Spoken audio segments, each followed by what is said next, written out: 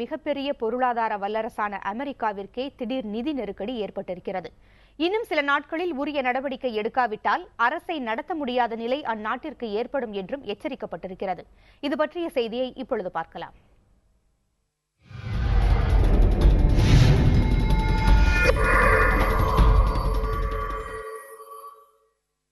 கடன் உச்சவரம்பை உயர்த்த வேண்டிய நெருக்கடியில் அமெரிக்கா உள்ளதாக அந்நாட்டின் நிதியமைச்சர் தெரிவித்துள்ளார். கடன் உச்சவரம்பை உயர்த்துவது குறித்து அமெரிக்க அரசுக்கும் குடியரசுக் கட்சியினருக்கும் இடையே ஒருமித்த கருத்து ஏற்படவில்லை. எனவே இந்த விஷயத்தில் முடிவெடுப்பதில் காலதாமதம் ஏற்பட்டு வருகிறது. இந்நிலையில் சபாநாயகர் ஜான் போஹ்னருக்கு அந்நாட்டின் நிதியமைச்சர் லியூ எழுதியுள்ள கடிதத்தில் உரிய நேரத்தில் இந்த விஷயத்தில் முடிவு எடுக்கப்படவில்லை என்றால் அமெரிக்கா கடும் நிதி நெருக்கடியை சந்திக்க வேண்டி வரும் என்று தெரிவித்துள்ளார்.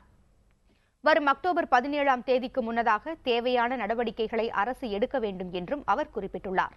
இல்லையெனில் கையிருப்பில் இருக்கும் 186 கோடி ரூபாயை கொண்டே அனைத்து தேவைகளையும் சமாளிக்க வேண்டிய இக்கட்டான சூழ்நிலை ஏற்படும். 2011ஆம் ஆண்டில் இதேபோன்று ஏற்பட்ட நிதி நெருக்கடியை சுட்டிக்காட்டியுள்ள லியூ விரைந்து முடிவெடுக்கும்படி அரசை கேட்டுக் கொண்டுள்ளார்.